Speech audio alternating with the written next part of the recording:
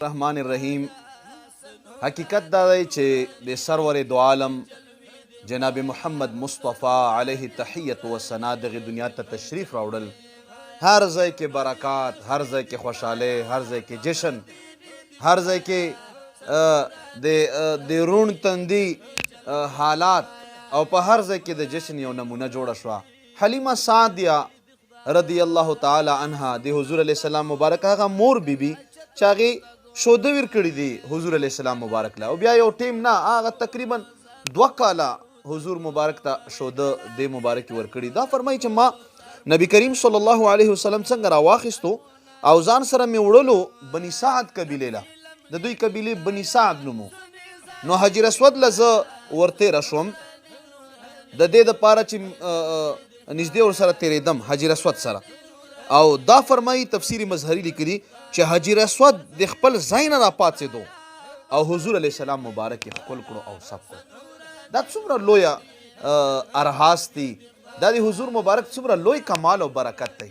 او بیا دا مبارکه فرمایي چې تاسو یقین وکړو، سیرت حلبیه لیکلي چې د ما په سینو کې شوده نه و، ما خپل یو بچی و، هغه هم تقریبا چې په ګېډه باندې موړ نه و. خو د مبارک برکت ته ګوره چې هغه به هم مړېدو، دی به هم مړېدو. بیا دا مبارکه فرمایي چې کومې خپلې علاقې ته چې کله زه ورسېدم، هغه علاقه سرسبزه شادابه، د ما څاروي به ډېر ښه مړېدل. او هر چا به خپلو شپونکو ته وی چې تاسو څاروي هغه ځای کې سره وو په کوم ځای کې چې د حلیمي بیبي شپونکی څاروي سره وي، هغوی ورته چې موږ ځای کې سره وو.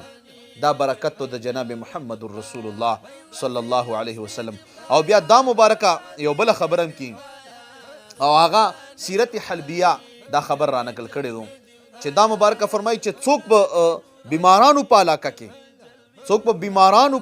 کې نو هغه خلک به راغلل، او چونکې د ماشوم برکات یې لیدل، نو دغې نبي علیه الصلاة والسلام مبارک هغه لاس مبارک، هغه وړوکی لاس مبارک چې په دغه ټیم کې و، هغه به یې راواخیستو او چې کوم ځای به یې دردېدو یا خوږېدو په هغې باندې به یې ورته راح کو. نو فایده به یې دا وه چې الله تبارک وتعالی په حکم باندې به هغه لاس سمدستي سریعه په جلتۍ سره سمدستي او زر تر زره به هغه جوړ شو. دا د مبارک هغه کراماتو بزرګي وه. خوش قسمته دي هغه خلک چې دغه ورځو کې حضور مبارک یادوي، دغه ورځو نه علاوه هم یادوي، خو دغه ورځو کې چونکې د مبارک د راتګ خبره ده، الله تعالی زموږ تاسو ټولو د مبارک برکت په دنیا او په آخرت باندې نصیب کړي. وآخر دعوانا ان الحمد لله رب العالمین.